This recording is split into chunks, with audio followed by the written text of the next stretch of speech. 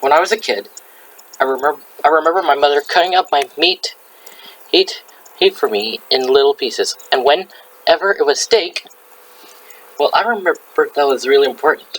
It was like a celebration or something. When you heard the word steak, well, it just wasn't the same as meatloaf. A steak dinner was an event. As a matter of fact, in Japan, there were some exotic steak places where it costs hundreds of dollars to enjoy the flavor of a real steak. And good steaks have always been expensive, even here. It was not something we ever took for granted. Then as I grew up, I started to notice there were some restaurants, and all they served was steak. Steak and prime rib. Those were the two big ones, and I mean, it was cooked to perfection. And it was so tender, it almost melted in your mouth. And the flavor, well, just thinking about it, because my taste buds kind of in a frenzy. But there was this one restaurant in particular that used to bring a platter of raw steaks to the table, all wrapped in clear plastic, so that you could see them and look for them and decide which one you wanted to order. Then you take it back to the kitchen for you and cook it exactly to your liking. To them, cooking in a perfect steak was an art. I don't exactly know when it happened, but in a few years back, nutritionists and doctors tried to put a damper on her love of affair with beef by telling us more than we really wanted to know about it. This is about the time that cholesterol became the new in word, and we warned about eating too much beef. Like, who knew it was riddled with fat? Or even if we did, we thought that all the fat got melted away in the cooking. Well, didn't we? Gosh, now, I think about it, I remember reading cookbooks that used to tell you to lard your steak.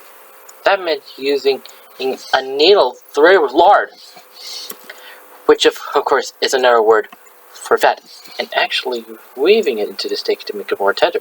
Talk about adding fat to a fire. Because, sad to say, those health experts are right. Well, beef has a lot of valuable nutrients. They tend to be outweighed by the high fat and cholesterol content. Prime rib is probably the worst. If you were to eat even a 3-ounce portion, it will cost you 7 fat cards. That's it. And that's if you eat the fat and the lean. Now, no wonder no one you can cut it with a fork. With the fork. Notice I said I had a 3-ounce serving. Well, it's as much. Now, before a deal meal, who would have considered eating a steak this size? We would have said, hey, where's the rest of my steak? And you notice on your deal meal card, here you will caution to select lean beef. That will be sirloin, porterhouse, flank, the lean part of the ribeye. Actually, any steak that looks lean to you. You can tell a lot by the looks of it.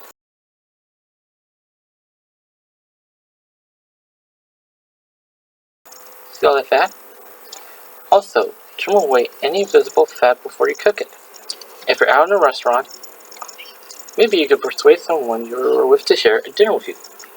So you can have half the steak and half the baked potato. Now, if that won't work, ask for a doggy bag, and when they bring your food, call proportion and put the rest in the bag. Out of sight, out of mind. Oh, and watch out, who'd filled those rich sauces that had sometimes served with steaks, especially if it has kind of a French-sounding name. You can be pretty sure it has butter in it. The steak itself is a treat enough. You don't need the sauce, unless of course it's a little A1 or Worcestershire, and don't forget mustard and horseradish. So your days of eating a steak the size of Miami are over. I mean, look at this. This is a 12-ounce steak. There's enough meat here for 4 days.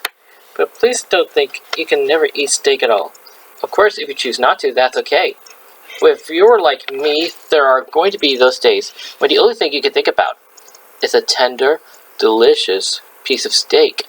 So once a month or so, when I want a steak, I go ahead and have it. So you can have your steak and eat it too. Just smaller, leaner, and not so often.